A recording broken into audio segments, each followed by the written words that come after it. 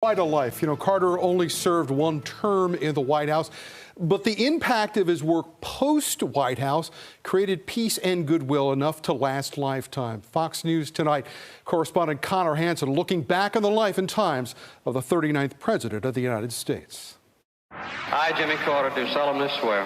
James Earl Carter was born in Plains, Georgia in 1924 to peanut farming parents. He attended the Naval Academy, married his college sweetheart, Rosalind Smith, and served in the Navy for nearly 10 years. After returning home to Georgia to run the family business, Carter turned to politics, elected state senator in 1962 and governor of Georgia in 1970. I am a candidate for president. Carter went from an unknown candidate in 1974 to the 39th president of the United States.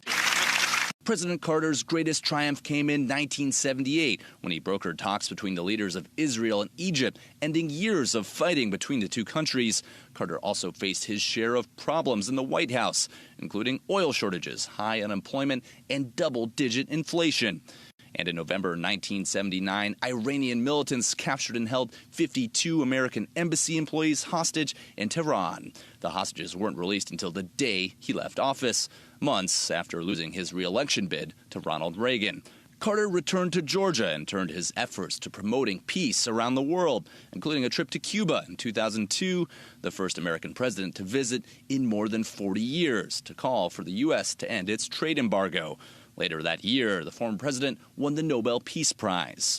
In 2015, Carter announced he had melanoma that had spread to his liver and brain, tackling the diagnosis with a measure of faith and fortitude. I don't know what the results will be, but I'm ready for whatever comes. Months later, he was declared cancer-free. In 2018, he joined 4 other living presidents at the funeral service of George H.W. Bush. Like Bush 41, Carter lived a life of charity and nonprofit work. He was often seen with a hammer in hand, building homes for the poor as part of the Habitat for Humanity project all the way into his 90s.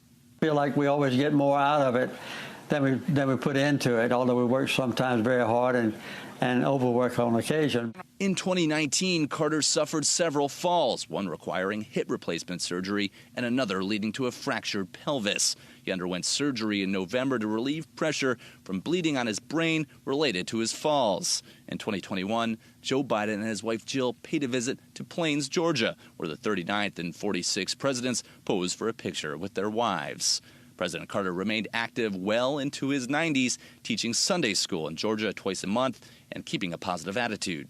I've had a wonderful life. I've had thousands of friends, and I've had an exciting and adventurous and gratifying existence. At 99, the former president left hospice to be by Rosalind's side for the final time, bidding his wife of nearly 8 decades farewell at her funeral services.